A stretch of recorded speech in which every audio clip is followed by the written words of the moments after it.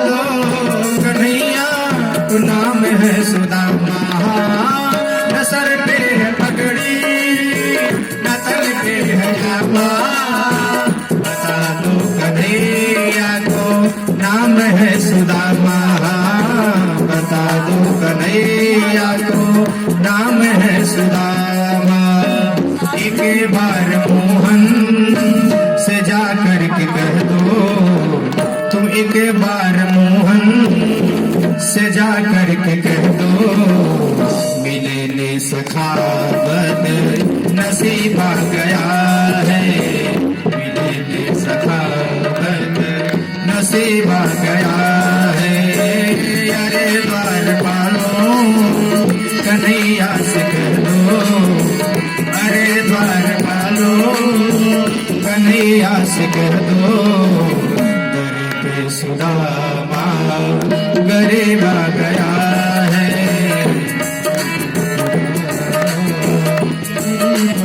हरि बोल।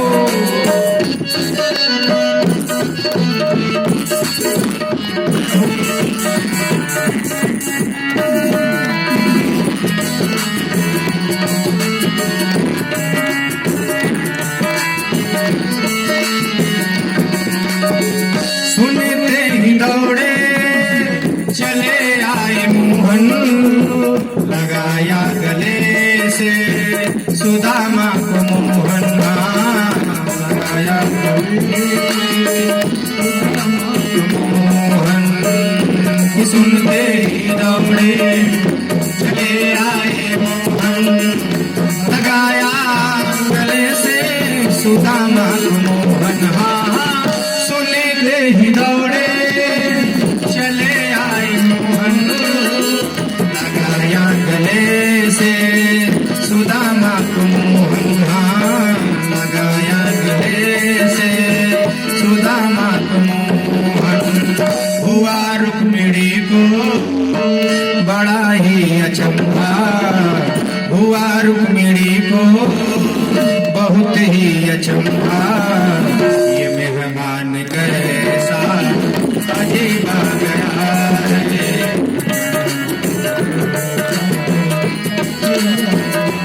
हरि बोल।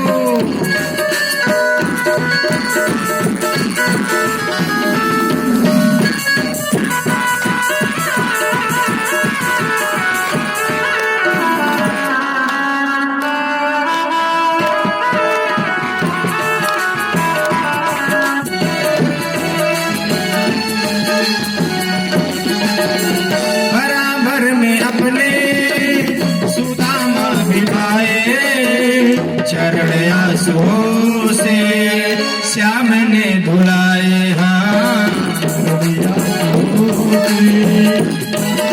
धुलाए बराबर में अपने सुदामा बैठाए, चरण आंसुओं से श्याम ने धुलाए, बराबर में अपने सुदामा बिठाए, चरण आंसुओं से श्याम ने धुलाए, चरण आंसुओं से श्याम ने धुलाए।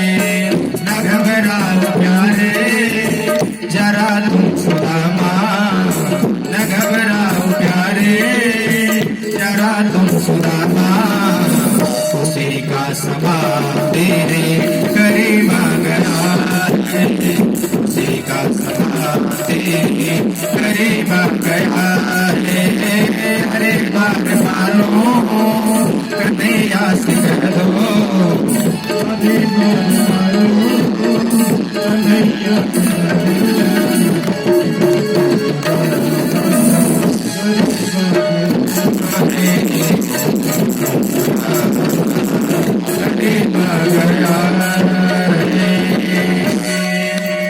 जैसे ही द्वारपाल ने सुना, कहा महाराज इतना निर्धन इतना गरीब ब्राह्मण तो आज तक मैंने अपनी द्वारिका में देखा नहीं था, न जाने कहां से आ गया। द्वारपाल भी महाराज हंसने लगा, कहा महाराज द्वारिकाधीश के भवन की सेवा करते करते मेरे तो दाढ़ी और बाल दोनों पक गए, लेकिन इतना विचित्र ब्राह्मण मैंने आज तक इस द्वारिका में नहीं देखा। ये द्वारिका का तो नहीं सेनापति घोड़े पे बैठ करके आ रहा था। कहा क्या समाचार है, ये कौन है, परिचय पूछा। सेनापति बड़ा बुद्धिमान था। कहा महाराज जवानी से बुढ़ापा आ गया, सेवा करते करते महाराज, लेकिन ऐसा दीनहीन ब्राह्मण मैंने द्वारिका में नहीं देखा। और ये अपने स्वामी को, अपने सरकार को महाराज अपना बाल सखा बता रहे हैं। सेनापति ने कहा देखो अगर ये बाल सखा उनके हैं तो तुम्हें क्या लेना देना, जाओ तुम संदेशा पहुंचाओ द्वारिकाधीश को। आज द्वारपाल संदेशा लेकर के भगवान के पास पहुंचा है। भगवान भी इंतजार कर रहे थे। हर शीस पगाना झगा तन में, द्वारपाल पहुंचा है। द्वारिकाधीश भगवान अन्न का निवाला लेकर के महाराज भोजन करने जा रहे थे। तब तक द्वारपाल पहुंच करके भगवान को प्रणाम किया है और संदेशा सुनाने लगा। कहा महाराज दरवाजे पे एक ऐसा दीनहीन दरिद्र ब्राह्मण आया है, ऐसा ब्राह्मण तो मैंने अपने दरवाजे पर सेवा करते करते नहीं देखा।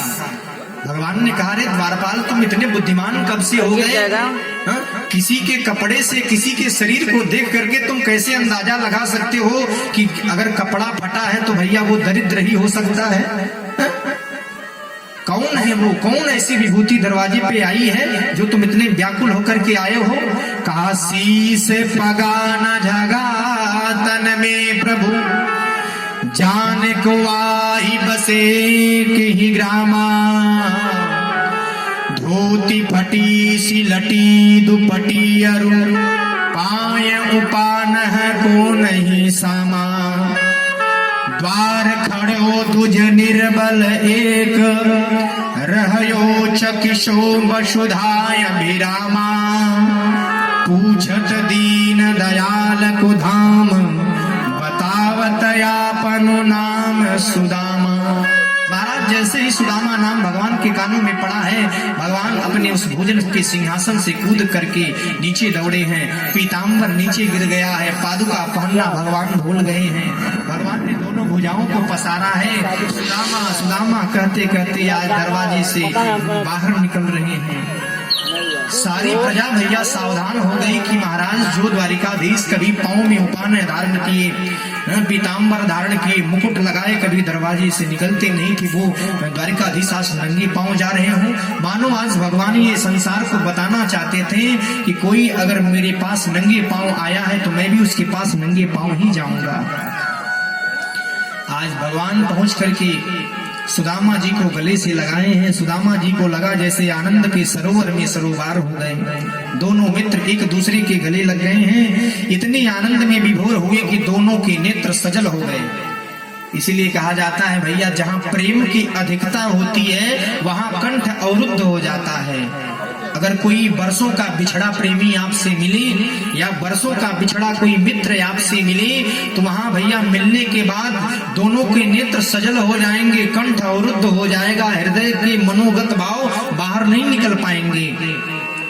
तो आज दोनों मित्र परस्पर में मिले हैं, दोनों के नेत्र सजल हो गए हैं। जैसे तैसे कह करके आज सुदामा जी को भगवान अपने अंतःपुर में अपने भीतर लेकर के चले आए हैं। रुक्मिणी मैया भागी भागी आई महाराज की, अरे ऐसी कौन सी विभूति आ गई जिसका सत्कार करने के लिए हमारे स्वामी नंगे पांव भाग रहे हैं। फिर क्या था, दुनिया के सर्वश्रेष्ठ सिंहासन पे आज सुदामा जी को भगवान ने बिठाया है और सुदामा जी के चरणों के पास भगवान बैठ गए हैं और अपने पीताम्बर को उठा करके महाराज सुदामा जी के पांव को आज भगवान पोंछने लगे हैं। जैसे ही पांव को पोंछना भगवान ने प्रारंभ किया है, सुदामा जी के पांव में इतने बवारे फटे थे कि उन बवारों में इतना कंकड़ फंसा था। उस कंकड़ को जब निकालते थे तो सुदामा जी के पांव से खून निकलता था। कांटे, असंख्य कांटे चुभे थे भैया, उन कांटों को निकाल रहे हैं और द्वारिकाधीश भगवान का भी नेत्र भैया एकदम सजल हो रहा है, आंख से आंसू गिर रहे हैं। ऐसी दीनहीन दशा मेरे मित्र की। सुदामा जी के पांव को पोंछ रहे हैं। रुक्मिणी मैया को आदेश दिया जाओ भीतर से जल लेकर के आओ, मैं इसका पाद प्रक्षालन करना चाहता हूँ। पाँव में भैया फफोले पड़े थे, फफोला फूटता था। सुदामा जी आह भरते थे कि मेरे पाँव में इतना फफोला पड़ा हुआ है, असंख्य कांटे चुभे हुए हैं, इतना बंवारा है महाराज कि उन बंवारों में इतना कंकड़ फंसा हुआ है। ऐसी दीनहीन दशा देख करके सारी प्रजा आज स्तब्ध हो गई कि महाराज न जाने इस अवधूत ने कौन सा पुण्य किया था कि जो सारा संसार मेरे परमात्मा के चरण रज को पाना चाहता है और उसके चरण रज को नहीं प्राप्त कर पाता। लेकिन इस अवधूत को देखो कि महाराज इसकी सेवा स्वयं आज नारायण कर रहे हैं। लक्ष्मी स्वरूपा रुक्मिणी मैया भागी भागी गई हैं जल भीतर से जल लेने के लिए। तब तक भगवान के कंठ से आज निकला है। नरोत्तम जी अपने शब्दों में वर्णन करते हैं, कहा ऐसे बेहाल बेवाइन सो पग, कंटक जाल लगे पुनि जोए, हाय महा दुख पायो सखा तुम, आए इते न किते दिन होए। देखी सुदामा की दीन दशा, करुणा करके करुणा निधि रोए। पानी परात को हाथ छुओ नहीं, नैनन के जल से पग धोए। कहा पानी परात को हाथ छुओ नहीं, नैनन के पग से नैनन के जल से पग धोए। महाराज रुक्मिणी मैया अभी पानी का ले आ पाती, उससे पहले भगवान के नेत्रों से गंगा जमुना सरस्वती रूपी संगम रूपी धारा प्रवाहित होने लगी है और भगवान के नेत्रों से वो जल गिरने लगा है और उसी जल से सुदामा जी का पाद प्रक्षालन हो रहा है। जब रुक्मिणी मैया पानी लेकर के आई है तो महाराज हक्की बक्की रह गई, खड़ी खड़ी सोचने लगी इस अवधूत ने कौन सा ऐसा पुण्य किया था कि मेरे स्वामी अपने नेत्रों के जल से इसका पाद प्रक्षालन कर रहे हैं। सारा संसार मेरे स्वामी के चरण रज को चाहता है, उसकी छवि को देखना चाहता है, लेकिन उस गोविंद का दर्शन नहीं कर पाता। लेकिन इस अवधूत ने न जाने कौन सा ऐसा पुण्य किया था कि आज इसकी सेवा स्वयं लक्ष्मी और नारायण स्वयं कर रहे हैं। जब रुक्मिणी मैया ने देखा कि पांव प्रक्षालन हो रहा है तो समझ गई कि ये अवधूत कोई ऐसा वैसा नहीं है। फिर क्या था महाराज, रुक्मिणी मैया लेकर के पंखा आई हैं और पंखा कर रही हैं। धन्य है सुदामा जी जिनकी सेवा लक्ष्मी और नारायण दोनों कर रहे हैं। भगवान पांव प्रक्षालन करने के बाद पांव को दबा रहे हैं, रुक्मिणी मैया पंखा कर रही हैं। आज देखिए देवा पर्य चरत साक्षात हमारा व्यजनीन वही। देखो इस अवधूत की ठाट बाट महाराज कितना पुण्य किया होगा इसने पूर्व जन्म में।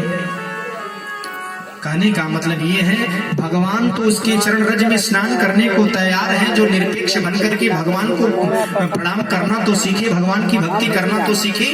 भगवान का स्वभाव ही है। भगवान तो भैया कहते हैं कि मुझसे बिना संबंध स्थापित किए आपकी मुक्ति कतई नहीं होने वाली है। चाहे आप मित्र बना करके मेरा चिंतन करो, चाहे शत्रु बना करके मेरा चिंतन करो, लेकिन बिना चिंतन किए बिना संबंध बनाए आप सोचो कि आपकी मुक्ति हो जाए तो कदापि मुक्ति होने वाली नहीं है। अचानक भगवान ने चरण दबाते हुए सुदामा जी से पूछा, मित्र बहुत वर्षों के बाद आज आपके दर्शन भये हैं, अब पहले बताओ मुझे कि तुम्हारा विवाह हुआ कि नहीं हुआ।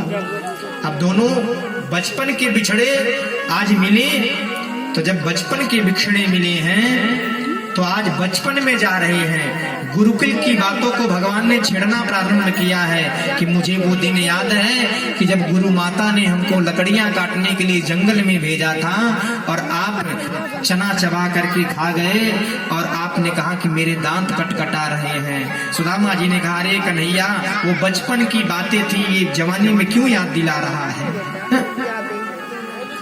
कन्हैया ने कहा तो बचपन में बड़ी बड़ी बातें किया करता था कि मैं विवाह नहीं करूंगा, बाबा बन जाऊंगा।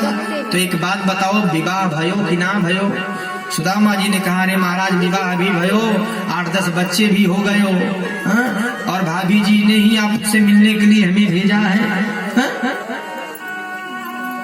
लेकिन कन्हैया तुम बताओ तुम्हारा विवाह हुआ कि नहीं हुआ। भगवान ने कहा, देखो महाराज ये जितनी रानियां पटरानियां ये खड़ी होकर के आपको दिख रही है ना, ये सब रानियां तो मेरी ही हैं।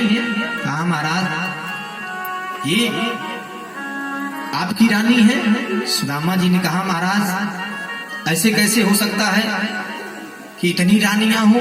भगवान ने कहा ये सब हमारी रानी पटरानी है। अब रानी पटरानी महाराज क्रमशः सुदामा जी को प्रणाम करने आने लगी।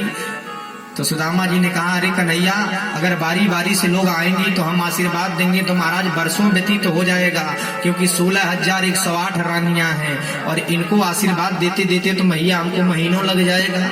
एक काम करो, सबको यहीं बुलाओ, बिठा दो, यहीं से हाथ पसार करके आशीर्वाद दे देते हैं। अखंड सौभाग्यवती भव, पति प्रिया भव, पुत्रवान भव, ऐसा आशीर्वाद हम यहीं से दोनों हाथ उठा करके सबको दे देते हैं। ये बारी बारी से लाओगे तो महाराज महीनों बीत जाएगा। फिर क्या था, सारी रानियां इकट्ठा हुई हैं। सुदामा जी ने हाथ उठा करके सबको आशीर्वाद दिया है। सारी रानियों ने सुदामा जी के चरणों में प्रणाम किया है। भगवान ने कहा कि अगर मेरी भाभी जी ने मुझसे मिलने के लिए भेजा है तो कुछ जरूर भेजी होंगी। अब जैसे भेजने की बात भगवान ने कही, सुदामा जी अब इधर उधर करने लगे। कमर में उस पोटली को दबाए थे महाराज और पोटली को लेकर के इधर उधर छिपाने लगे कि महाराज 56 प्रकार के व्यंजन को चखने वाला ये परमात्मा। और यहाँ इस समाज में इतनी रानियां पटरानियां खड़ी हैं महाराज, अगर कहीं ये चावल का टुकड़ा निकाल देंगे तो बड़ी बेइज्जती हो जाएगी। लोग यही कहेंगे, देखो एक तो बरसों के बाद मित्र से मिलने आया है, वो भी चावल का टुकड़ा लेकर के आया है जो खाने योग्य है ये नहीं है। सुदामा जी विवश हो गए, छिपाने लगे। भगवान ने निर्देश दिया, कहा, रे सुदामा, फिर तुम वही दोबारा गलती दोहराने जा रहे हो। एक बार तुमने झूठ बोल करके देख लिया, कितनी पीड़ा मिली। तुम तो मेरे स्वभाव को बिल्कुल भूल गए। भगवान का स्वभाव क्या है? पत्रम पुष्पम फलम तोयम यो मे भक्त्या प्रयक्षति तदहम भक्ति उपहृतम स्नामि प्रयतात्मनः। पत्रम पुष्पम फलम तोयम, भगवान को भैया कोई वस्तु नहीं चाहिए, भगवान को